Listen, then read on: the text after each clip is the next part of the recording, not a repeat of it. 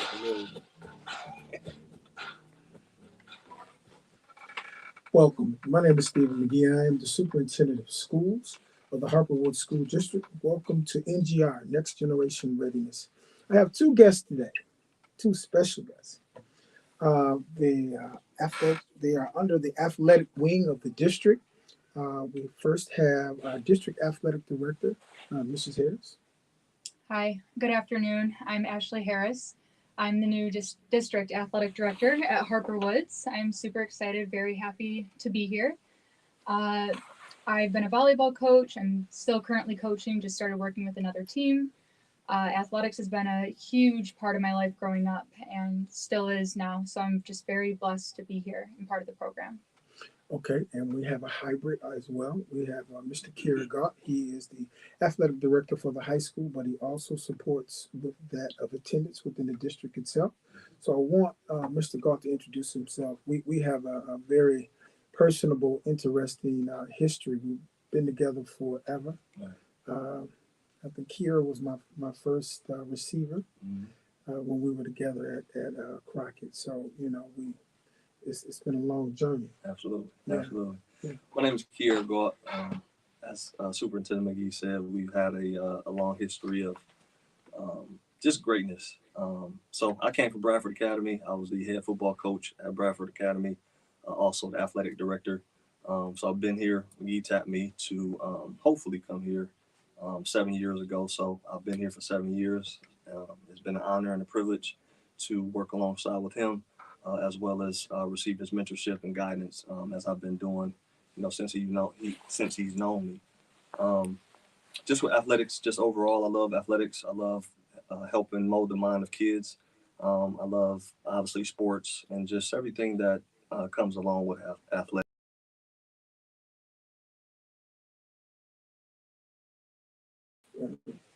So, we are in an interesting time. We were just talking about AI and how integrated that technology has become within the confines of society itself. And I was looking at something the other day, and it had a robot that was actually shooting a basketball. Yeah. He was shooting 3 pointers. I've seen that. And you're looking at it, and the technique is absolutely the same every time, and the robot, doesn't miss. For the audience that's out there, it's as athletic directors in this field, and we're going to kind of separate from AI. It's one particular area that stands out, and that's Title IX. Okay, I have 10 aunts and 3 uncles. All of my aunts played some level of sports. The first 5 talked about when they played basketball in school, that as women they could only play half court. They were not allowed to play full court. Okay, they were not allowed to wear shorts. They had to wear dresses to their knees. Okay, I know about the back history, just from as reported to me. But as athletic directors in 2023, in this era that we're in, how do you believe that Title IX has supported the plight of women in athletics, and what else do we need to do as a district and as a nation, as a world itself, because it kind of piggybacks off of America itself, and then we look at other countries and it's not the same. But what can we do at this level to make sure we are representing and supporting female athletics? Do you want to? Start. So with female athletics, here at Harper Woods, it's nice for in the fall we offer volleyball, we have dance, cheer, basketball. We're actually working on building a freshman girls basketball team, which will be really great for upcoming seasons, and to keep building our program. Freshman volleyball would be a nice to introduce that. Yes. As well. But I only ask you to start because since you're a female, I kind of just wanted to know in your experience of playing volleyball and just around a female athlete, what do you kind of see that can help propel things as us as a school, but also us as a people. I think it's really, especially I guess coming from the volleyball sense of things, is making sure they have every opportunity possible, whether that's scheduling, enough games, tournaments, quads, Mhm. playing against different schools all over the place, and just kind of coming together as a volleyball community, Mhm. or for any sport, whether it's basketball, tennis, golf. Absolutely, Mhm. absolutely. Because I know being here, obviously, first kind of coaching the basketball team, but being around the girls, that do play basketball, they just wanted everything to be the same as the boys. Mhm. I know a lot of comments that I would hear is we don't get the same as a football team. We don't get the same as a basketball team. So we as a district have been making sure that we include the women or the girls to get the same thing as the boys, the same gym time, the same uh, uniforms, the same, sweat outfits, the checks that we just ordered Mhm. for the girls basketball team, that type Mhm. of deal. So just making sure that they have everything that they need, to be as successful as the boys. For Agreed. sure. And that's when last thing I'll say on that is same thing, a lot of times some teams, whether it might be boys basketball or football, I think there's a ton of competition, games, tournaments, all different weekend things they have. So starting to introduce that more for the girls, I think would be really great, Yeah, as I absolutely. know we're doing. Absolutely. And then one, go ahead. I think, and from a superintendent standpoint, that one of my levels of endearment is in making sure academically as well as athletically in all facets of the areas that I'm in charge of, which are 5, that we're providing the appropriate PD, Mhm. that for coaches and that for players in, uh, in large. Mhm. And I think that's one of the things I would like to see increase, that we're getting more PD from that are collegiate coaches or professional coaches. Because at the high school level, you're preparing them to go to college for whatever it is, be it academics or athletic or whatever. So we want to make sure that we are creating that pipeline of professional development to make sure that at this level that we're preparing them appropriately and properly, and at the same time, so they're ready to be able to compete. I do know in previous conversations, without going into names, when you get to college, you're not going to be able to pick your coach, Mhm. you know, and you're going to have those individuals that have different personalities. You have to be ready to incur those personalities. And at this juncture with NIL, name, image, and likeness, it's business, your education, but education is a business and it is an investment. When you get off to that next level, there's a contract that you will sign of investment, of course, aligned to your education. I just want to make sure all of our athletes, but even more so that our female athletes, are prepared for what's next in preparation. And I also know, just looking at some of the things from the WNBA and then with the NIL, and I always kind of shift over to LSU and the Bayou Barbie and Coach Moki and some of the others and Don Staley, and NC, and just to see that at this juncture, some of the top female athletes make more money through their NIL deals than the ladies do in the WNBA. They do. So what are your thoughts about that? Well, I just kind of wanted to talk about, since I've been here, I know that you've been, huge on Title IX and making sure, the girls get their equality and all that type of stuff. I know during our meetings, one of the things that you wanted to happen was to have the Title IX coordinator come and talk to the girls, come and talk to the coaches, so we can all make sure that we're in compliance with that. But with the WNBA, I think it's amazing, that they are getting NIL deals. Obviously, they deserve it, because people follow them just like they follow the boys. Absolutely. So I think that's a phenomenal thing. Because obviously they can do the same things. They can dunk. They might not be able to do nothing super flashy, but they can, dunk. It's coming around. I've seen a couple. Windmill dunk. It's coming. It's coming for sure. Yeah. So it's just impressive what they can do, and I'm just glad that they're getting their due, with everything that they put in, because it's the same work that the guys put in. It might not be as aggressive, but they still are doing the same things that the guys are doing. So there's a different swag to the game. Yeah, absolutely. And it's similar to that of the female sportscasters. For years, it was just all males. Okay. And now, of course, there's a mix and there's a hodgepodge, and it's a healthy mix because you're getting a different viewpoint you know, and I noticed it a couple of years ago for me, you know, and when I watched, I said, okay. And then I couldn't go back to the way that it used to be. So when I would look at some of the other stations, it was all male. I'm like, I don't even want to watch this.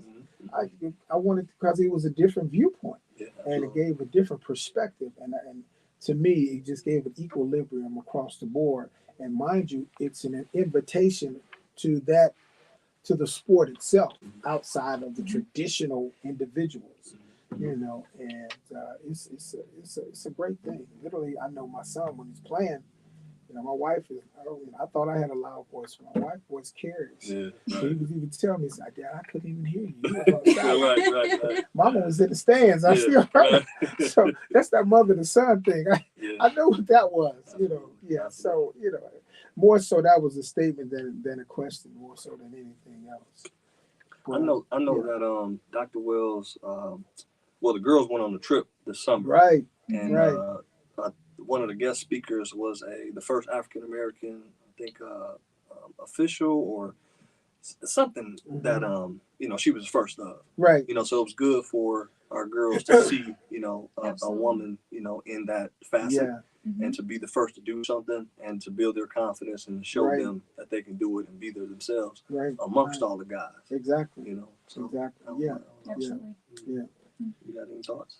No, but kind of just on the conversation similar to that, I was just speaking with someone earlier, another coach, and how there's a lot of male volleyball coaches, and how having female coaches hopping in and seeing more female coaches for women's volleyball has really changed a lot in the game. Absolutely. Yeah. Absolutely. Yeah. No, and I firmly believe in that. There, so mind you, from a gender standpoint, there are places that a female coach can go with female athletes that a male coach. I was just You thinking that. can't, you know, Yeah. there's a natural divider. Yeah. You can use all the verbiage that you want, Mhm. but you know, there is you're not fitting into that space. And that becomes a barrier within itself, you know. And it's the same thing, you know, vice versa as well. I know UConn, University of Connecticut, that for years, the gentleman, I forgot his name. Gino, yeah. I mean, you know, that's all you saw was him, and they was always winning. And you know, then the lady that was down at Tennessee, she passed a year or so ago. Pat Summit. Yeah, Miss Pat Summit. That, you know, it's a legendary coach, but you know, that was always the match. You know, then I looked up, and all of a sudden I see Don Staley, and she as she stepped onto the scene, I could tell the relationship that she had with her players. Yep. It was relationship that guided everything else. Absolutely. You know, then I could see the difference with that of the gentleman that was at UConn.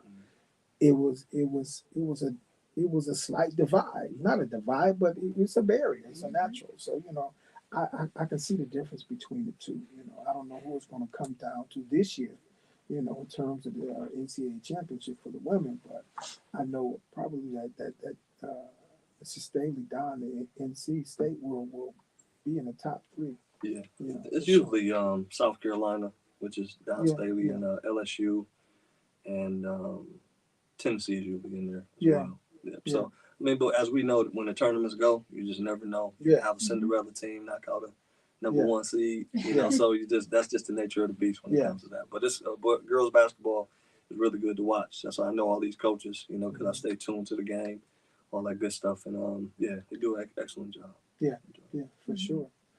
So I want to kind of shift over, you know, two things that we have coming up, and what are your thoughts about this state championship that we just acquired?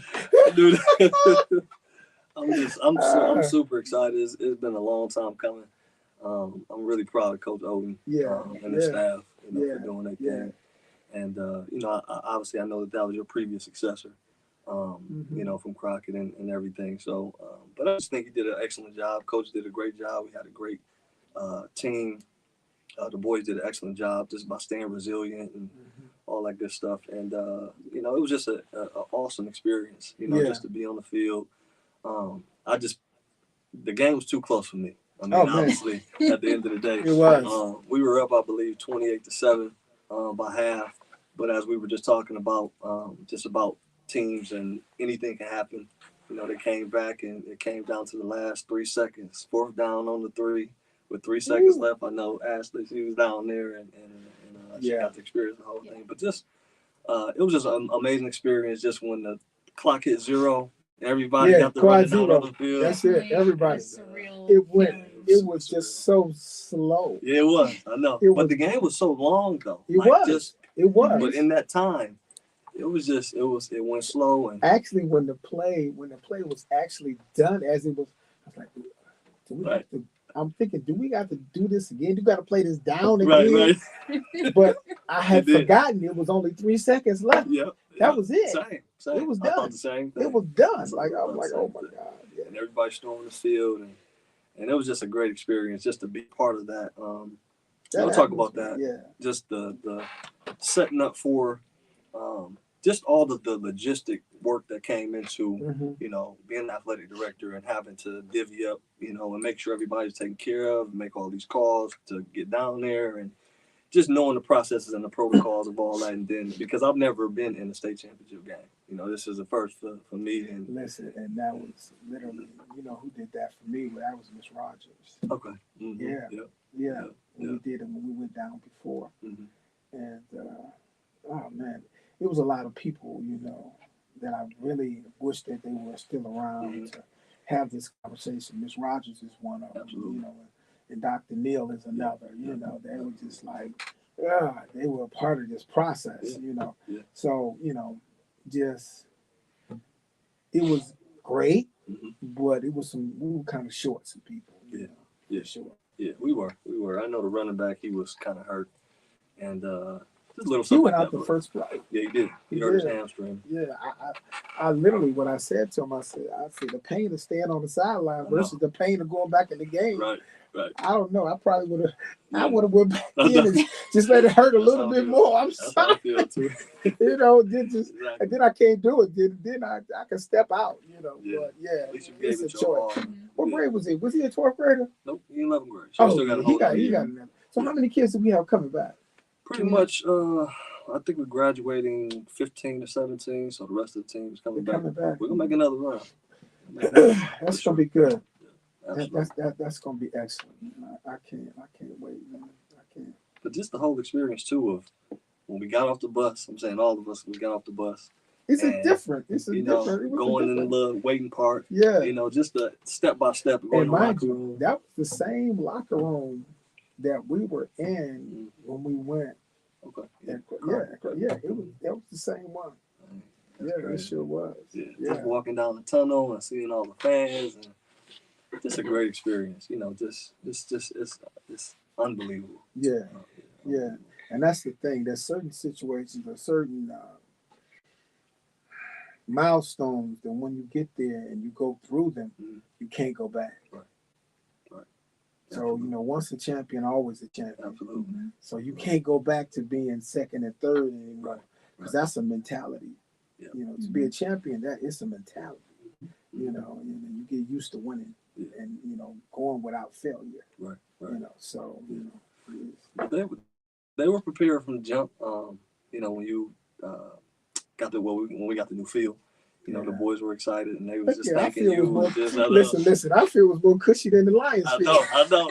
When you were talking to me about everything that went into the preparation of it and just all the safety right. measures and all that type of stuff, I was just like, we got one of the state of the art fields. So. Yeah, we do. We do. I mean, and that's literally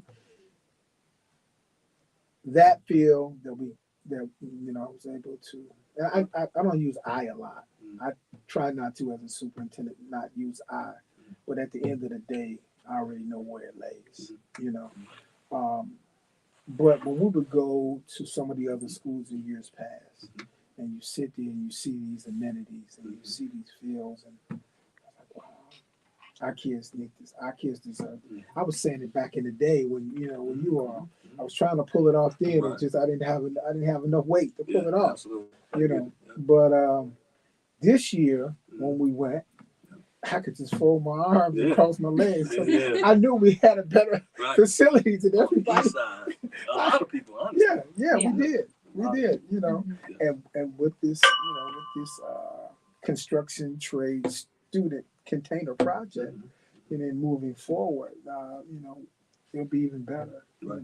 under the auspices of our construction trades and those and our advisory board. So, that's gonna give us a whole nother look. Yeah, absolutely. Yeah. The vision that you already have, obviously that you put into here, just phenomenal. But the things that you talk about, that you have coming up is, even better. I mean, I just think about, where we are at CCI, before we got here, just the esports and just everything that the kids can enjoy. Yeah. That's just, from a visionary, it's just incredible, The terrain of education has shifted. When you can go out and make six figures and based off your followers and all these, and being an influencer, it's changed. And a lot of people, I'm going to go into education. I'm going to be a doctor. I'm going to be a lawyer. All these other, and that was one of my questions to you when I was interviewing you. How do your parents feel about you shifting from law to Oh yeah. to, but the same thing I tell my son: follow your passion. Yeah. So I'm sure that was a conversation. Absolutely. Yeah. And even when I was still at the law firm and when everyone knew that this is what I was coming to do, they weren't surprised at all. They knew how much I loved athletics and we're not surprised. No, that's good. I mean, this is really the generation and you all are behind these cameras, but follow your passion. Don't get caught up into anything where you just working every day and you just got to drag yourself in. Don't do it. Life is too short. Absolutely. And nothing's guaranteed. Right. Nothing. Just if it's in the cards for you to get that education and get a degree, because during my era, that's what they said. Well, everybody has to go to college. Well, everybody can't go to college. And the ones who, these are the actual numbers. Out of a graduating class, only 10% go to college. The other 90% are doing something else or nothing at all. Okay, that's what prompted me to do some of the things with the CCI Center, so they can have a college and career certification, career pathway certification somehow to be able to go out and make a living. But with the addition of Meta 24, which is make enterprise teach and achieve, being able to open up your own business and entrepreneurship. Okay, and then now with the addition of real estate, so we have about 15 kids that are part of the real estate portion now at the high school that have a great opportunity to receive their high school diploma, a career pathway certification, and a real estate certification at the same time in June once they graduate and take that state real estate exam and be able to sell real estate and go to another state and receive reciprocity and do it in another state. You see, all of that to say that education has shifted. And you need to be able to go out into the world and to be productive. And everybody doesn't take that collegiate lane. Because out of that 10%, only 3% complete it. So you still have, people $150,000 in debt to this day, and they've been paying student loan for 30 years. That's true. You'll never come out from under it. It's not designed for you to come out from under it. It's not. I know we've had conversations about that, but there's two things that I wanted to kind of talk about too that you made mention of. So the Meta, my sister was a part of, that program, and it's phenomenal because she didn't learn how to. Well, she learned how to sew and make her own cardigans and start a business, and that her line is Jacardi, and she was able to compete. They had like a junior Shark Tank down in Wayne County Community College that she got invited to, and she ended up winning that competition, and that propelled her to, put her in the realm with designers and other people like that. So she's been able to sell different cardigans. Even your wife bought a cardigan, and just was able to I could see the fruit of the labor of what you were referring to with that. But also with the CCI, I was having a conversation with a parent just about her student. Her student wasn't doing as well like in school, but she comes to the CCI to learn a skilled trade.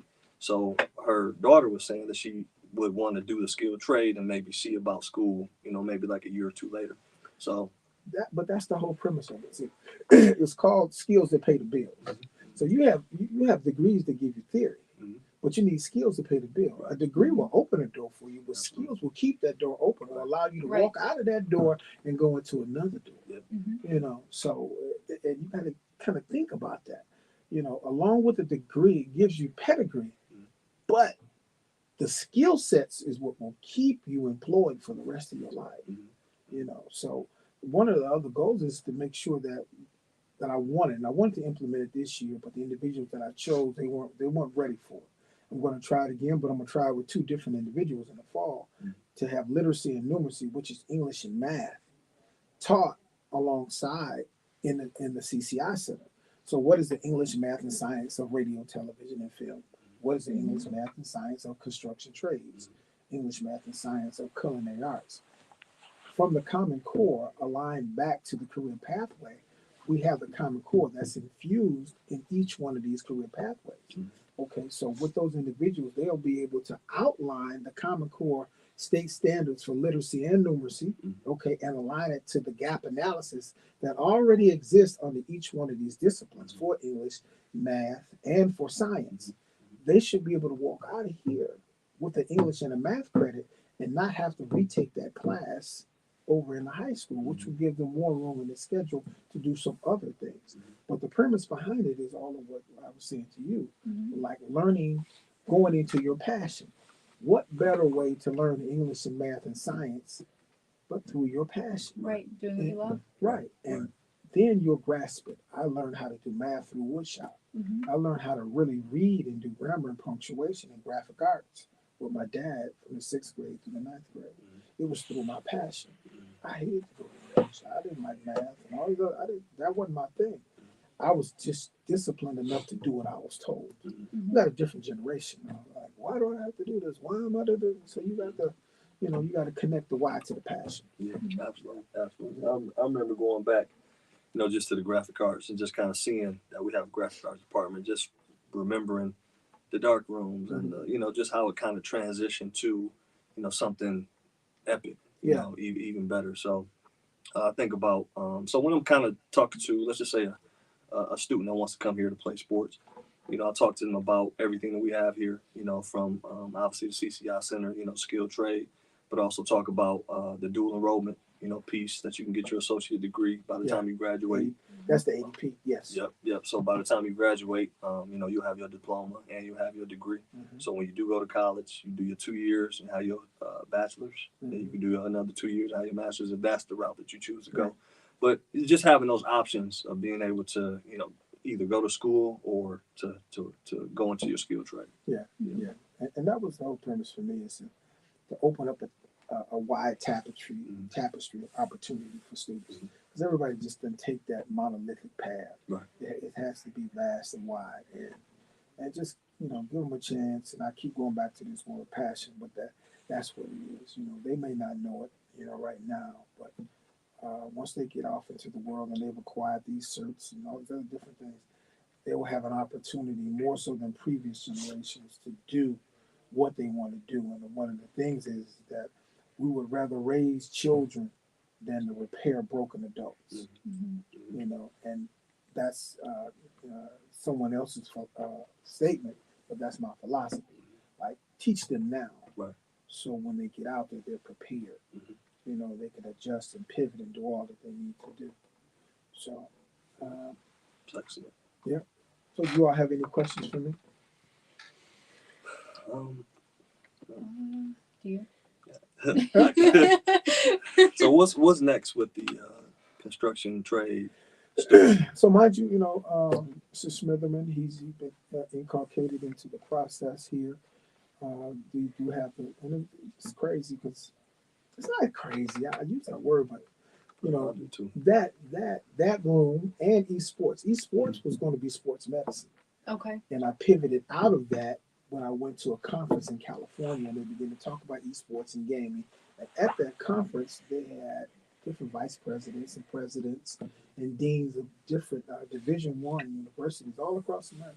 And they were all talking about esports and saying, you know, that esports was going to outpace every major profession in the world combined. And what they do as facilitators for those students, beyond providing scholarships, They say they provide social emotional learning. They provide psychiatrists. They provide trainers. They provide nutritional tables and everything because it's a cerebral sport, you know, and the actual areas that they can go into, you know, from a degree standpoint. So once I learned that, you know, I couldn't effectively go ahead and move forward with sports medicine. I wanted to have something that I knew kids were going to be interested in, but it was also on the nuance of what was next. Right. You know, that NGR, next generation readiness and being prepared. The same thing with construction trades. Through COVID, it just bottomed out. Construction trade. I mean, the construction trades did completely. It was just, you know, it just happened. But that was one of the first areas that began to rebound. You know, when we begin to build from state to state. So for me, I want to have professions in place that the kids can readily get their certification and be viable. Once they shake my hand, cross the stage, they can go out into the world and make money. You know, so for construction trades, the container homes, small home. Just showed something on the news the other day. Detroit has its first home that was built with a 3D printer, literally. Wow. Yeah. So, people are touring it now. The house costs about $250,000, but no hands-on human interaction. It was built with a 3D printer, and the material they used was concrete. You know, so to be able to, you know, from an architectural drawing, program it into the machine, the 3D printer itself, you know, and use whatever material it's going to be, which in this case was concrete. It built, I think it said, might have taken them about a week to build a whole house. Wow. You know, That's crazy. and Yeah. then they come in and they just personalize it. You know, so that's where we're going. You know, for Harper Woods, the container homes itself, to those students that are part of this major project that we're going to have. You know, hopefully it'll be done by June or July, but they would have garnered enough experience with the advisory board that is composed of general contractors, plumbers, and electricians, okay, to actually build to custom container homes or small homes, okay, and in purchasing the containers, they cost about $4,000, but to completely outfit the container with heating and cooling and everything else, it might be about $15,000 to $18,000. Okay, on the high end, maybe 20 or 25. But you turn right back around, you purchase at 50, double the money. Okay, school gets their money back. But you got another 25 for the next project or whatever's next. Okay, well, those kids who are in real estate, they get to sell that container. They'll get their 3%. That's that market incentive, right? But those kids that are in construction trades, they will continue to build. They will build to spec and build to order. So we don't have any waste, you know, and just tons of, you know, container homes just laying around. But at the same time, what it does is, for legacy, is you have to have home ownership. You got to own the home, and you got to own the land that your home sits on. Okay, so what better if you coming out of Harper Woods and you get a degree, come back 4 years and buy a container home, or you go off into a trade and you're making $40,000 or $50,000, you qualify to come and purchase your own home, build that equity, and by the time you're 25, you got 2 or 3, or even just 2, or just have 1, and you decide to take that one and turn it into an Airbnb. Now, is this similar to small homes? Are you guys familiar with the small homes that you can just go into? Oh yeah, I've seen those come up before. Yeah, that's what. Yeah, so with the containers, you know, more than that, they're much more durable. But with the containers, they're flexible and malleable. You can just transport them. Right. Because you know, you can. Ours would be plug and play, and the definition of plug and play for us, which is what I came up with years ago, is you're able to connect and disconnect your utilities, your water, your electrical, things of that nature, or you have your solar panels that will provide, and it's called zero grid, that will provide the electricity or store it up through the solar process, you know, and then we start talking about heating and cooling, you're going to be using what they call mini splits. The mini splits are mounted to the wall and then they vent out, you know, from the outside of the container or the small home itself. And that provides cooling and that also provides heating. So if you have 2 of those in one container, it'll cover the whole spectrum. Sweet. But say if you want to move to another state, Mhm. you just get a trailer, Mhm. pull it on up, go to the next one, Yeah. put it on the cement pad wherever you go, connect your utilities, connect, and keep moving. That's sweet. Yeah, That's sweet. yeah, it's you know, it's not going to get rid of traditional homes, Mhm. but it's going to allow a lot of people home ownership and flexibility and malleability and being able to transport and move around. And, you know, you have to go to another state and buy a home. You just got to find some land and drop it. Mhm. Mhm. Yeah, so That's really cool. that's says next, but it's really happening right now. You know? Mhm. So it's a lot of exciting things going on.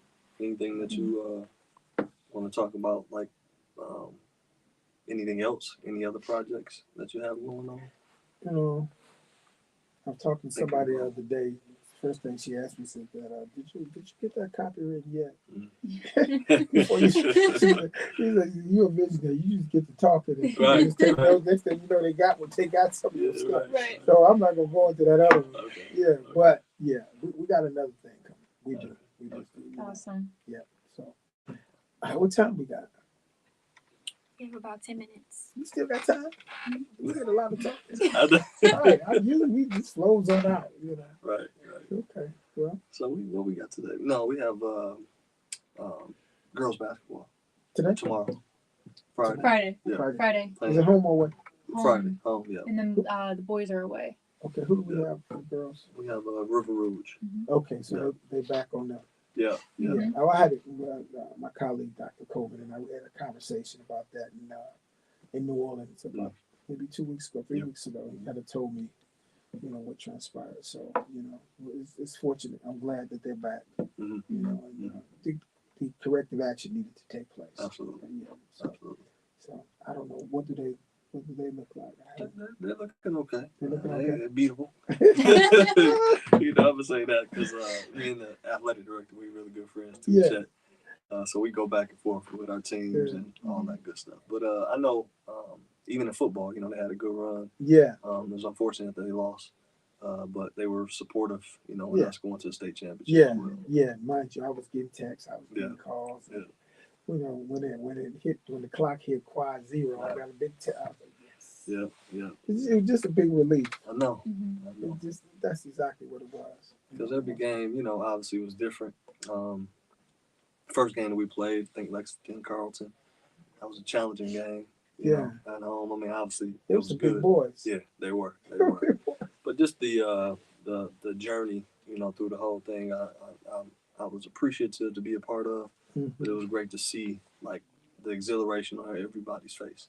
Yeah. You know, that it actually got done. And when you talk about state champions, like Yeah, that's massive. That's Yeah. massive. You know what I mean? yeah. It's a lot of hard work, Yeah. dedication from Yeah. the players, staff, coaches, everyone. Parents, everybody. Everyone. Yeah, really. Takes everyone. Years of dropping off, picking up. Yeah, yeah, Mhm. Yeah. absolutely. The parents, they definitely felt Yeah. great. I mean, Yeah. I remember just talking to some parents in the side, in the stands, and they were saying similar to they couldn't watch it. You know, they couldn't watch the last part of it, No. and they were crying and heads I was down. on the field. I'd walked off. Yeah. That last play when you sent me the clip, I Yeah. didn't see it. Yeah. I had already Okay. I had like just dropped my head. I was praying, Right. you know, and as soon as when it was done, I felt the rush of people. And Yeah. it's like, yeah, we did it. That was crazy. That was Yeah. crazy. I know me and Coach Will, we were talking at the game yesterday, and he said that he wanted to. Well, I was asking him if we can get one of those. You know how you kind of go in the city and you'll see like a sign that says, you know, 2000, well, Miss America, Mhm. or Mhm. you know, Yeah. on the silver, you know, so You know, the mayor's 2023 state. actually the idea for the parade came from the mayor, Mayor Kendall. Awesome. You know, so she's whatever we're trying to put in place, Mhm. and she's for it. Awesome. Yeah, Awesome. so I'm sure we can. Mhm. And so one of the other things is coming up January the 12th. It'll be the first time in the history of Harper Woods that we will have our Champions of Equity parade. Okay. And it will be a collaboration of Martin Luther King honoring him as well as our football team. You know. Awesome. So and it will be an all-inclusive effort of a total high school, middle school, and elementary. That's awesome. That'd be great. Mhm. Yeah. We visited the Detroit Parade Company, and we're getting 2 floats from there. and the other four vehicles that we're getting from Pingree Farms, Okay. and they're military vehicles, Mm. and they're very unique in size and spectrum. Mm. They're huge, Awesome. and they'll be a part of it. And I think Mrs. Phillips was talking. She was saying you're going to speak to some individuals from The motorcade, the the crowds, and motorcade, then horses. and then that of the black horseman. What is it called? It's for It's a Black Horse organization. the Black Horse Organization. Yeah. So I think that'll be great. You know, along the processional itself, and then we'll culminate in the school and in the gym, and you all will be the masters of ceremony for that. And then we have 2 or 3 politicians that will be there with us that day. They're going to read 2 resolutions or 3, and we'll work out the logistics because we will be invited to the Capitol in Lansing as well. Awesome. Yeah, so it's going down. Yeah, that's what's Yeah. up. It is. Be excited. Yeah. Sure, it was a great experience. Well, at this time, where are we at? Yeah, Don't tell 5 me we have minutes. any more time. No, I'm making an executive decision. We're gonna lose these last 300 seconds. I would like to thank my 2 guests for the time and just their Thank you. perspective on where we are. And as a superintendent, it just gives me an opportunity to say where we are, but versus where we need to be. Mhm. You know, nothing is perfect, but we are well on our way. You know, our numbers are looking good. We're in the black. That's good. That's great. That's a great thing. Right. That's a great thing. So at this time, Superintendent McGhee, Superintendent of Schools of Harper School District, NGR, Next Generation Readiness, we are signing off. Ooh, ooh, ooh.